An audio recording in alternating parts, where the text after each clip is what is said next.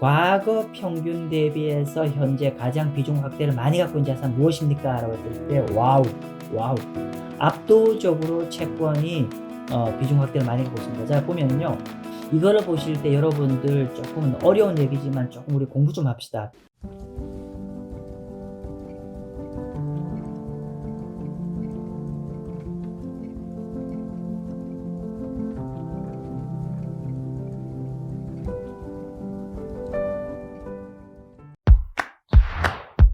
네, 안녕하세요. 마경환입니다. 오늘은 이번 12월에 발간된 지난주에 발간된 BOA 뱅크 오브 아메리카에서 발간하는 글로벌 펀드매니지 서베이 자료를 공유시켜 드리고자 합니다. 제가 이 글로벌 펀드매니지 서베이 자료를 매번 제가 말씀드릴 때마다 드린 얘기가 뭐냐면은 글로벌 기관 투자가들의 펀드 매니저들을 대상으로 서베이를 한 거기 때문에 이게 어떤 정답지, 해법 뭐 이런 건 아닙니다. 근데 제가 말씀드린 그럼에도 불구하고 이 글로벌 펀드 매니지 서베이 자료 같은 경우는 우리 리테일 투자자들에게 좀 참조할 만한 자료이라고 저는 생각합니다. 왜냐하면 현재 우리 글로벌 투자 시장에서 가장 큰 손인 빅 플레이어인 기관 투자가들이 현재 각종 이슈나 각종 자산에 어떤 생각을 갖고 있는지를 우리가 알고 투자하는 게 굉장히 중요할 것 같아서 제가 서베이 내용을 한번 공유를 하는 차원입니다. 한번 보시죠. 자, 먼저 첫 번째는 제가 이제 이번 달 같은 경우는 제가 좀 서머리를 좀 했어요. 먼저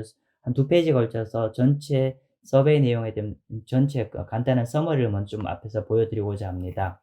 자, 일단은 이번 12월 달, 12월 펀드맨 서베이 핵심 요약은 뭐냐면은 일단은 내년도 글로벌 펀드 매니저들이 골디락스, 그러니까 뭐 주식도 좋고 채권도 좋고 이렇게 보는 견해가 작년, 그러니까 2022년 1월 달 이후 가장 글로벌 투자자들 센티멘트가 좀 좋아지고 있는 상황이라는 거죠. 기관 투자가들이요. 그래서 현재 글로벌 기관 투자가들이 현금 비중을 4.5까지 좀 줄였습니다. 이거는 지난 2년 중에서 현금 비중이 가장 좀 줄어든 상황이고요. 그리고 전달 대비해서 주식 비중에 대해서 주식의 비중 확대 의견이 늘어났고요. 그리고 이게 이번 달에 아주 흥미로운 얘기는 어떤 거냐면은 2009년 3월 달 이후로 채권 대비 원자재가 가장 약세로 바라보고 있다는 거예요. 이 말은 즉슨 뭐냐면은 상대적으로 원자재는 굉장히 약세로 보는 반면에 채권은 굉장히 좋게 본다, 그 뜻이 될 것 같아요.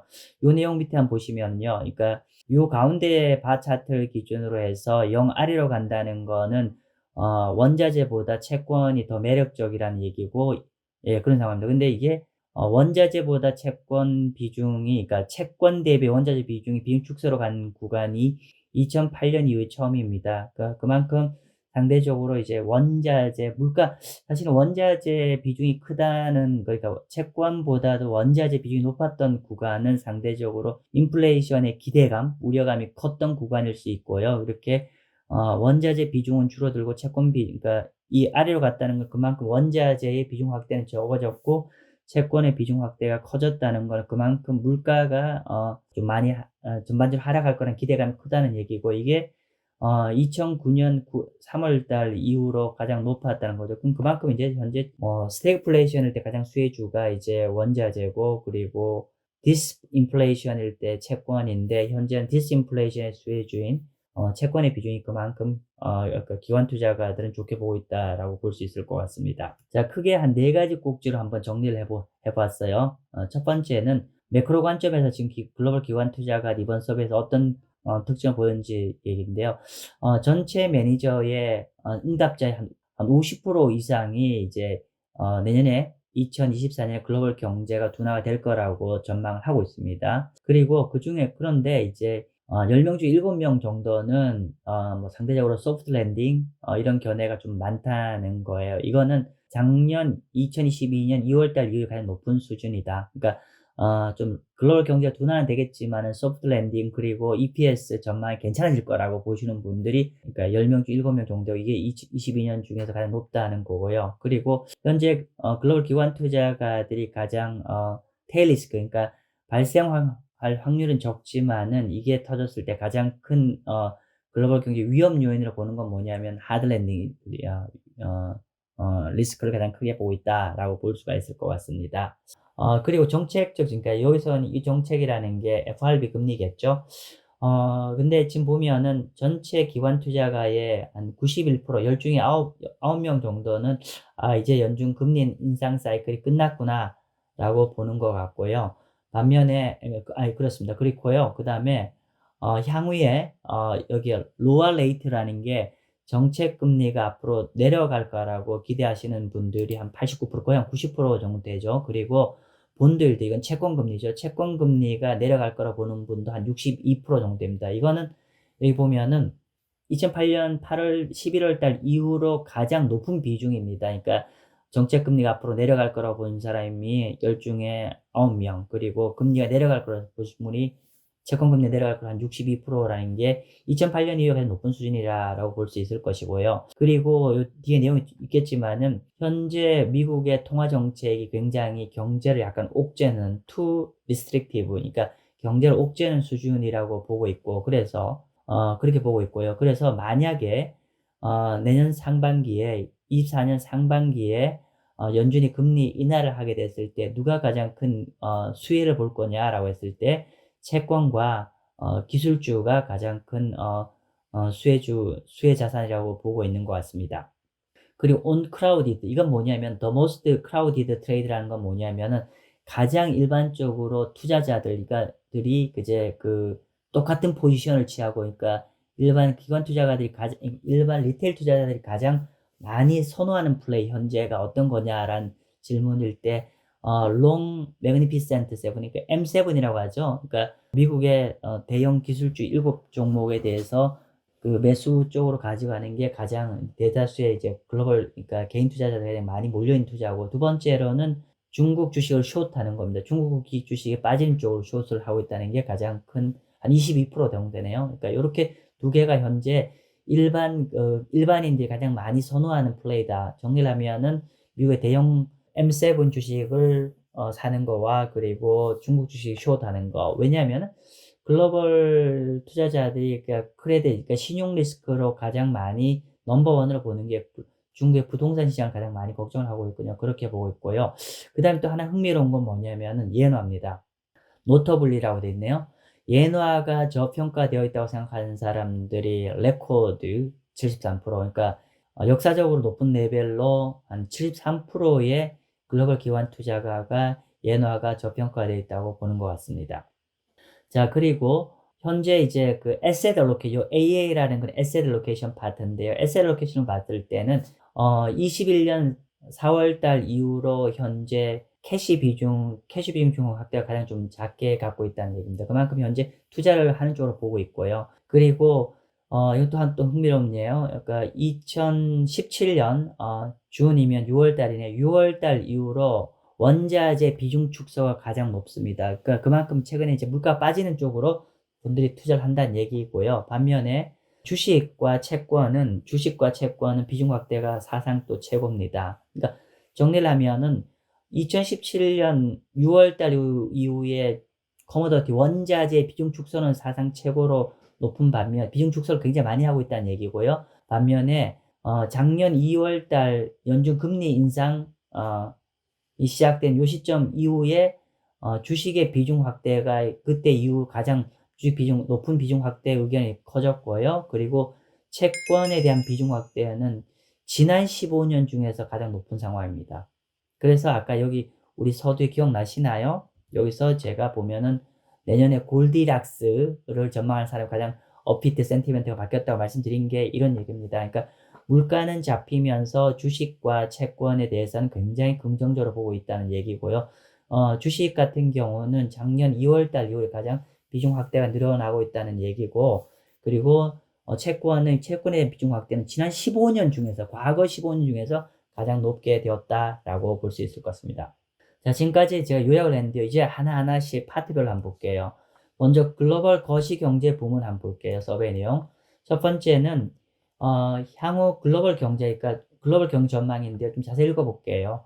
현재 글로벌 펀더멘털 서베이 기관 투자가들한테 향후 12달 동안에 글로벌 기관 투자가가 글로벌 경제가 더 좋아질 거냐라는 질문에 무려 한 50% 이상이 오히려 향후 글로벌 경제가 더 둔화될 거라고 보고 있습니다. 그래서 글로벌 경제가 내년에 둔화가 될 거라고 보는 거는 이제 완전히 글로벌 컨센서스인 것 같습니다. 단지 이제 내년에 글로벌 경제가 조금 나빠질 거냐, 많이 나빠질 거냐인데, 어쨌든 간에 지금 이제 내년도 글로벌 경제가 금년보다는 확실히 둔화될 거는 확실한 것 같습니다. 자, 한 50% 정도 되죠. 자, 두 번째는 방금 제가 보여드린 거는 글로벌 경제였고요. 두 번째 글로벌 물가. 내년에 글로벌 CPI, 그러니까 물가죠. 인플레이션이 더 높아질 것 같냐라고 서베이를 했더니만 무려 어떻게 됩니까? 거의 75%의 그러니까 네팅으로 해서 네트로 75%죠. 그러니까 전체 매니저 중에서 한 75% 이상이 내년 물가가 굉장히 많이 물가가 내려갈 거로 전망을 하고 있습니다. 정리를 하면 글로벌 경제에서 내년에 글로벌 경제는 둔화될 거로 보고 있고, 그리고 글로벌 물가는 내려갈 거라고 글로벌 기관 투자가들은 판단하는 것 같습니다. 자, 그리고 지금 이건 어떤 거냐면은 내년에 글로벌 경제에 있어서 가장 큰 테일 리스크는 무엇이냐라는 질문입니다. 테일 리스크는 제가 좀 설명을 좀 드릴게요. 이거 좀 아시는 분도 있고 모르는 분도 있어서 조금 딱딱한 얘기 하겠습니다. 여러분, 정규 분포라고 있어요. 정규 분포라고 있으면 이렇게 해서 이렇게 그리는데요. 그래서 보통 이제 테일 리스크라는 건 뭐냐면은 발생할 확률은 굉장히 낮아요. 그러니까 이 발생할 확률이 굉장히 낮은데, 이게 발생하면 전체 경제를 좌지우할 수 있는 어떤 위험 요인이 무엇이냐라고 하는 게 보통 테일 리스크고, 현재 글로벌 기관 투자가들한테 글로벌 경제의 가장 큰 테일 리스크, 즉 발생할 확률은 작지만은 글로벌 경제를 대한 치명타를 줄 수 있는 어떤 요인이 무엇이냐라는 질문에 보시면은, 그 질문을 했더니만 일반적으로 어떤 답변을 주셨냐면은요, 볼게요. 그렇게 했더니만 가장 많이 답변을 하신 내용이 어떤 거냐면은 지금 보시는 바처럼 이런 거예요. 그러니까 글로벌 경기 침체와 하드랜딩 리스크가 가장 큰 테일 리스크다라고 본 거였습니다. 여기 보시면은요, 여기가 10월달, 11월달, 12월달 서베이 내용입니다. 보시면은 지난 3개월 동안의 추이를 보면은 글로벌 경제의 테일 리스크 부분에서 글로벌 내년의 경기 침체와 하드랜딩 리스크를 더 보시는 견해가 계속 커지고 있죠. 10월 달만 하더라도 가장 큰 이제 글로벌 경제의 어떤 테일 리스크, 내년의 글로벌 경제 테일 리스크가 무엇이냐면은 이렇게 높은 인플레이션 때문에 인플레이션이 높게 유지가 되면서 중앙은행이 계속 호키시하게, 그러니까 계속 이제 금리를 더 올리는 쪽으로, 긴축하는 쪽으로 가는 게 가장 큰 리스크 요인이었고, 그리고 지난달은 뭐가 가장 큰 테일 리스크 위험이냐면 지정학적 리스크. 그러니까 아무래도 이제 중동전이 불거지면서 이런 걸 가장 우려를 했었는데, 현재 글로벌 경제가 가장 큰 테일 리스크 부분을 걱정하는 건 어떤 거냐면 글로벌 경기 침체와 하드랜딩 리스크를 가장 침체로 보고 있습니다. 아무튼 이런 거를 우리가 현재 내년에 가장 큰 위험 요인이 무엇인가, 이런 부분들을 우리가 꼭 알고 있으면은 좀 투자하는데 도움이 되실 거고요. 자, 요거는 그러면 이제 우리가 신용 리스크, 시스템 신용 리스크가 아까 테일 리스크는 경제 리스크고, 요 신용 리스크는 이제 신용시장 경색되었다는 게 자금이 안 돌게 되는 거죠. 가장 신용 리스크를 크레딧 이벤트죠. 어떤 신용 리스크가 발생해서 크레딧 이벤트가 무엇이냐라는 질문, 어떤 것 때문에 그럴 거냐 질문일 때 보면은 이게 재밌는 상황이에요. 보면은 어떤 거냐면은 지난달까지만 하더라도, 지난 10월달, 11월달까지만 하더라도 미국의 부동산, 상업용 부동산이 가장 큰 미국의 그러니까 글로벌 경제 신용 리스크라고 봤는데, 그러니까 돈이 안 흘러가는 리스크로 봤는데, 이번 달은 바뀌었어. 이번 달은 지금 넘버원이 어떻게 되냐면은 중국의 부동산은 거의 30% 육박하게 가장 많이 이제 신용 리스크 요인이라고 보고요. 미국 부동산 요인 여전히 높지만 이 점은 좀 줄어들었어요. 그리고 세 번째로 그러니까 글로벌 경제 신용 리스크는 미국의 그림자 금융, 섀도우 뱅킹이죠. 이렇게 프라이빗 데이시라고 해서 이런 것들이 그 신용 리스크 부분이죠. 그래를 다시 한번 정리를 하면 글로벌 시장에서 어떤 신용 리스크, 그 크레딧 이벤트가 하고자 할 때 미국과 중국 양쪽 다 있는 것 같아요, 보니까. 그죠? 미국은 상업용 부동산 부분이 가장 우려사항이고, 중국은 중국의 부동산 부분이 가장 우려사항이라고, 신용 리스크라고 답변을 했습니다. 자, 그럼 동일한 질문을 만약에 한국 시장의 신용 리스크가, 그러니까 신용 리스크의 가장 큰 어떤 소스는, 근원은 출처는 어떤 것일까라는 질문을 했을 때 어떻게 보십니까? 예, 다 아실 겁니다. 한국 시장에 대한 질문을 했다고 하면 이건 프로젝트 파이낸싱, 부동산 PF죠. 프로젝트 파이낸싱이 가장 큰 신용 리스크가 될 것이고요. 그래서 사실은 우리가 현재 한국 내에서 자금 경색이 되고 있는 게 아마 이쪽 부분일 거고, 만약에 이런 이벤트가 터진다고 하면은 어떻게 될까요? 그러니까 제 생각에는 국채와 우량 회사채가 이젠 다른 길을 갈 것 같습니다. 현재까지는 국채금리가 내리면은 뭐 한전채나 농협채나 금융채가 다 똑같이 내리고 오르고 했는데, 만약에 이런 크레딧 이벤트가 국내에서 불거진다고 하면은 국채와 국채 아닌 걸로, 국채 아닌 자산들이 완전히 서로 다른 길을 갈 거라고 저는 생각합니다. 예를 들면은 한전채나 농협채나 그리고 금융채 같은 것들이 지금 같이 가지만, 만약에 이런 신용 이벤트가 터지면은 국채만 내려갈 것이고 나머지 자산들의 가격은 좀 밀리고 금리는 좀 뜰 것 같습니다. 한번 참고하십시오. 자, 지금까지는 제가 이제 어떤 얘기를 했죠? 글로벌 경제에 대한 어떤 경제 전망, 물가 전망, 그리고 테일 리스크, 그리고 신용 위험 부분들에 대한 서베이의 응답을 봤는데요. 지금은 조금 미국으로 국한시켜서 미국 경제와 연준의 통화 정책은 어떻게 보고 있는지를 보도록 하겠습니다. 자, 보면은 일단은 미국의 어떤 소프트 랜딩, 향후 12달 안에 소프트 랜딩 좀 될 것 같냐라고 했을 때 좀 더 정확하게 미국인데, 사실은 이제 이 서베이의 대다수가 미국에 활동하는 친구라서 글로벌 경제라고 해놓고는 또 미국하고 똑같게 바라보는 것 같습니다. 그래서 지금 보면은요, 여기 제가 응답해놨는데 전체의 응답자의 66% 정도가 소프트 랜딩입니다. 소프트 랜딩이라는 건 이런 거죠.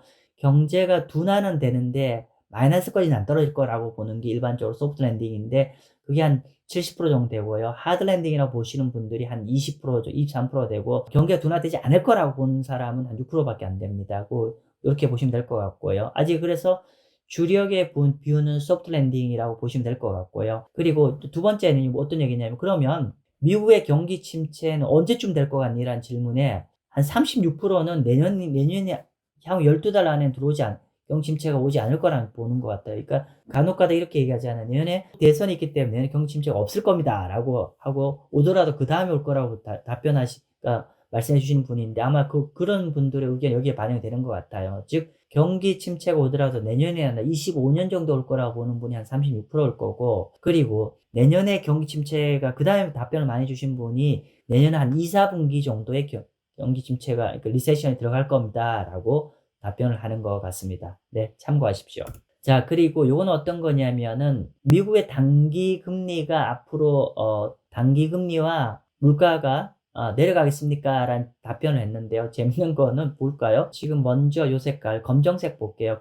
짙은 검정 색깔은 물가가 내려갈까 했을 때 현재 80% 정도 되죠. 즉 여기 적혀 있어요. 10 중에 8명은 내년에 물가가 내려갈 거라고 응답을 했고요. 그리고 요거는 뭐냐면은, 요거는 파란 색깔은 미국의 단기 채권 금리가 앞으로 내려갈 거라고 응답한 사람 무려 90%, 정확하게 89% 답을 했습니다. 그러니까 즉 미국의 단기 채권이 향후 12달 안에 금리가 내려갈 거라고 전망을 한 사람이 사상 최고라고 하네요. 사상 최고로 답변을 많이 해서 금리가 떨어질 거라고 보고 있죠. 자, 그리고 여기에 이제 또한 이제 전체 펀드메이 서베이의 응답자 기관 투자가들의 한 91%가 이제 연준 금리 인상 사이클은 끝났다고 답변을 했습니다. 그러면 이게 무슨 말이냐면은, 이걸 어떻게 봐야 되냐면요. 보통 이제 FRB 금리에 가장 많이 영향을 받는, 이렇게 한번 그려볼까요? 만약에 금리 차트를 이렇게 그린다고 하면은, 여기가 단기 중기고 여기가 여기가 장기라고 보고, 중기 장기라고 보고, 여기를 단기라고 보면은, 이 단기 금리는 여기가 FRB 금리죠. FRB 금리와 같이 연동해서 같이 올라가고 같이 내려간다고 보면 될 것 같아요. 그래서 지난 한 2년 동안에 미국 단기 금리 굉장히 많이 올랐죠. 그래서 현재 단기 금리가 여전히 장기 금리보다 더 높죠. 그죠? 그래서 저는 여러분들한테 이러니까 이게 사상 최고로 지금 단기 금리가 앞으로 내려갈 거 전망 응답자가 많다는 얘기를 했잖아요. 그러면 요 두 가지를 합쳐보면 돼요. 자, 첫 번째 물가, 세 가지 합치는 거죠. 물가는 내려갈 거고, FRB 금리 인상 사이클은 끝났고, 그리고 한 90% 분들이 앞으로 단기 금리, 국채 단기 금리가 내려갈 거 전망하고 있다라고 하면은, 여러분은 어떻게 투자하겠어요? 우리가 너무 중장기 채권 가지고 자꾸 투자를 많이 하시는데, 내년에 미국 단기 채권도 굉장히 유망할 것 같습니다. 왜 그렇게 보냐면은 미국 단기 채권은 FRB 금리가 내려갔을 때 어떤 내려가는 폭이 장기 채권보다 더 많이 내려갈 것이고요. 자, 그런데 뭐또 여기서 얘기하면 또 듀레이션 효과를 말씀하시면서 그럼에도 불구하고 장기 채권이 가격이 더 많이 올라가지 않겠냐라고 하는데 그 얘기가 맞을 수 있는데요. 중요한 거는 상대적으로 단기 채권 같은 경우는 변동성이 굉장히 작아요. 즉 장기 채권 대비해서 좀 안정적으로 금리 하락에 따른 가격 상승을 기대하기가 더 좋다는 얘기입니다. 즉 장기 채권, 미국의 장기 채권 현재 시점부터 그러니까 내년을 본다고 하면 장기 채권보다는 단기 채권이 더 안정적으로 금리 하락에 따른 채권 가격 상승을 기대할 수가 있다. 그런 측면에서 내년에 미국의 단기 채권을 투자하는 것도 특히나 상반기에 단기 채권을 투자하는 것도 굉장히 좋은 투자가 될 것 같습니다. 자, 그 다음에 여기 그렇다고 장기 채권 금리는 또 안 내려갈 거 그건 아니죠. 근데 볼까요? 여기 보시면은요, 미국의 장기 채권 금리가 앞으로 내려갈 거냐 답변을 했을 때 한 62% 정도가 장기 채권 금리가 하락할 거라고 보고 있습니다. 그죠? 자, 그런데 요 서베이 날짜가 언제냐면요. 제가 맨 뒤에 적어놓은 것 같은데, 서베이 날짜가 언제냐면은, 이 서베이 날짜가 12월 8일부터 12월 14일까지죠. 그러니까 12월 중순 정도에 한 겁니다. 그래서 요런 내용을 좀 감안하고 여러분들 보시면 될 것 같고요. 아무튼 그래서 길게 보면은 글로벌 펀드 매니저들이 단기, 장기 모두 다 현재보다는 내려갈 거라고 전망을 하고 있습니다. 네, 되셨죠? 자, 그 다음에 자산군별로 매니저들이 어떤 것들에 대해서 비중을 확대하고 비중을 축소하고 있는지를 한번 보도록 하겠습니다. 자, 먼저 어떤 얘기냐면 만약에 내년 상반기에 24년도 상반기에 금리 인하를 한다고 했을 때 누가 가장 좋은 성과가 좋겠냐는 거예요. 제가 이거는 유튜브 제가 커뮤니티에 그 데일리로 옮기면서 제가 번역을 좀 제가 못한 것 같습니다. 제가 그냥 유튜브 커뮤니티 글에는 제가 그냥 내년 상반기 어떤 자산이 가장 유망할까요? 라고 했는데 사실 제가 좀 틀린 번역을 했죠. 어떤 거냐면 뭐 틀린 번역이라도 빠뜨린 거죠. 내년 상반기에 만약에 금리 인하를 한다고 하면 내년 상반기에 금리 인하를 한다고 하면은 어떤 게 가장 수익이 좋을 거냐라는 질문에 매니저들이 그랬을 때 답변 꽤 두 가지 나왔어요. 하나는 30년 장기 국채가 가장 좋을 거라는 답변이 26%고 그리고 주식은 최근에 굉장히 많이 지난 2년 동안 많이 무너졌죠. 우리가 그 바이오텍이라든지 그 신재생 에너지 뭐 그리고 그 클린 에너지 뭐 이런 것들의 관련 이제 테크 주식을 가장 유망하게 봅니다. 그래서 정리를 하면은 내년 상반기에 금리 인하를 했을 때 이렇게 두 가지 자산을 가장 유망하게 본 거는 사실은 여기서 잘 보셔야 돼요. 만약에 전제가 자세히 보신다고 하면 첫 번째 내년 상반기에 한다는 거에 포인트를 보셔야 되고요. 두 번째는 그것부터 말씀드릴게요. 내년 상반기에 그러니까 내년 상반기에 금리를 인하한다고 했을 때라고 했는데 이게 시점이 만약에 내년 하반기에 이렇게 되면 이렇게 답변 안 나올 겁니다. 즉 중요한 거는 내년 상반기 향후 6개월 안에 연준이 금리 인하를 했을 때 이 두 가지 자산이 유망하다는 겁니다. 그러니까 왜 이런지 아실 거고 만약에 이게 내년 상반기가 아니라 내년 하반기나 이렇게 금리 인하하면은 여기 요런 바이오텍이나 재생에너지는 내년에 만약 그렇게 되면은 이제 요 답변이 안 나올 겁니다. 좀 얘기가 어렵나요? 어떤 얘기냐면은요.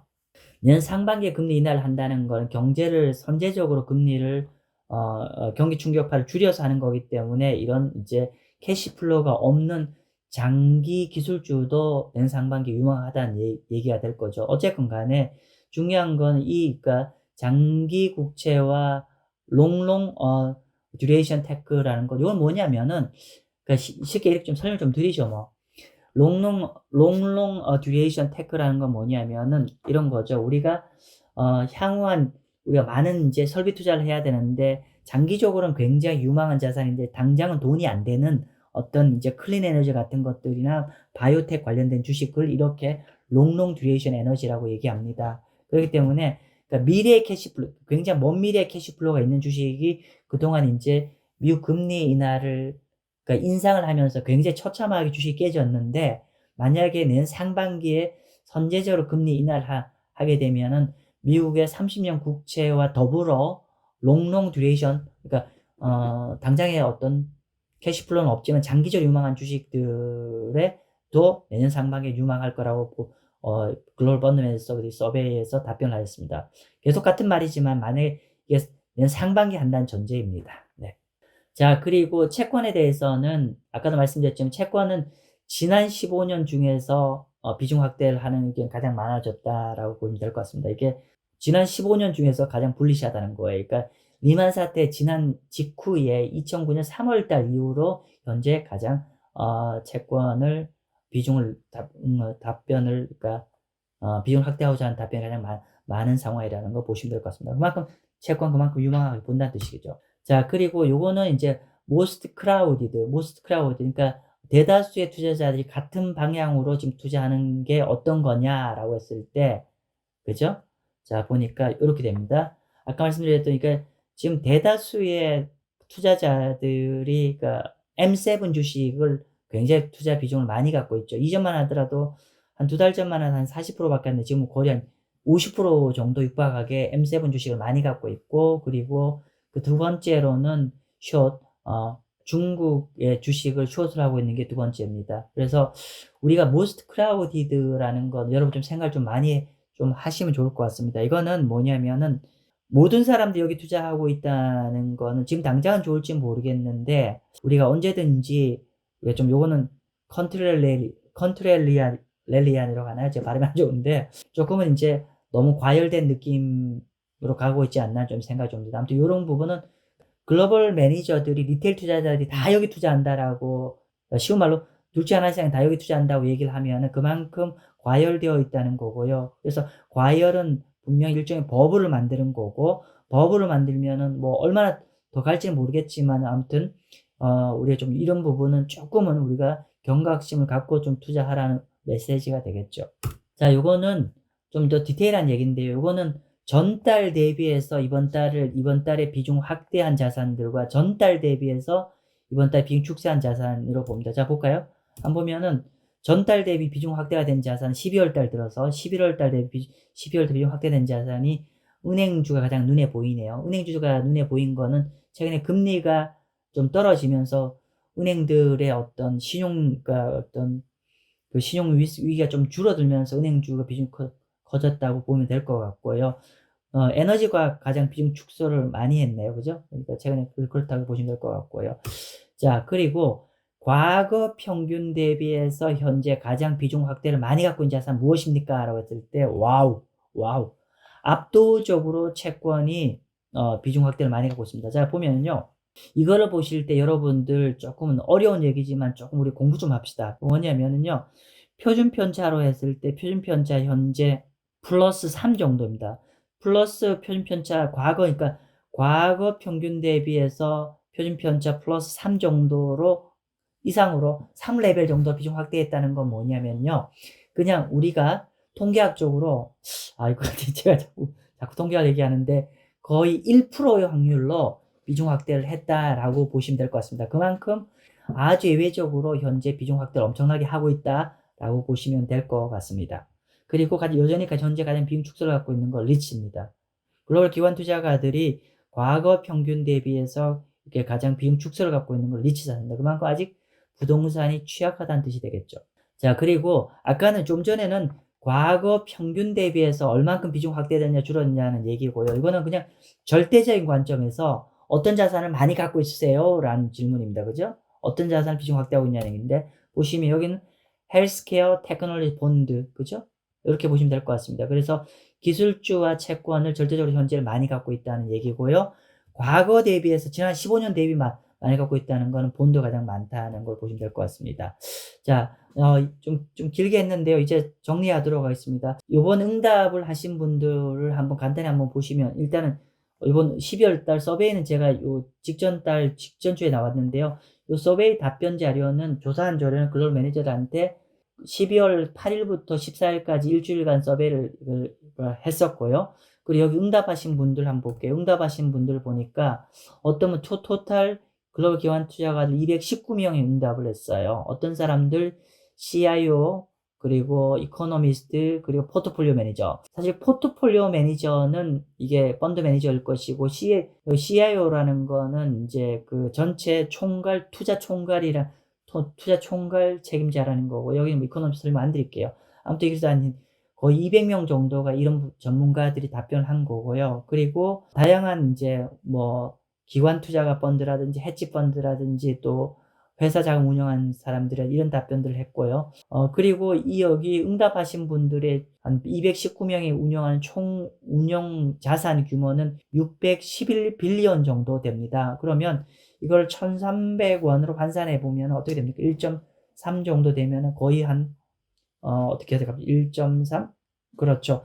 거의 이게 700조 이상의 규모에 됩니다. 정리를 하면은 여기 이번 12월 서베이에 응답하신 분들이 한 219명이고, 이분들이 운영한 자산은 거의 한 700조 이상 정도 되는 엄청난 자금을 운영하신 분들의 답변입니다. 그래서 오늘 제가 지금 다시 한번 마지막 정리를 하면은, 제가 이분들의 컨센서스가 정답은 아니라는 거 다시 한번 말씀드리고, 그럼에도 불구하고 글로벌 기관 투자가들이 현재 글로벌 경제나 주요 어떤 정책이나 또 자산 배분 정책을 어떻게 보고 있는지는 우리 리테일 투자자, 개인 투자자 입장에서는 반드시 참고를 좀 하시면 될 것 같습니다. 적어도 큰 실수는 하지 않을 거예요. 물론 이제 이분들보다도 우리 한 박자 먼저 해야 우리가 좋은 투자가 되겠지만, 어쨌건 간에 여러분들 이 부분은 꼭 명심하고 좀 한번 투자를 하시면 좋을 것 같습니다. 네, 감사합니다.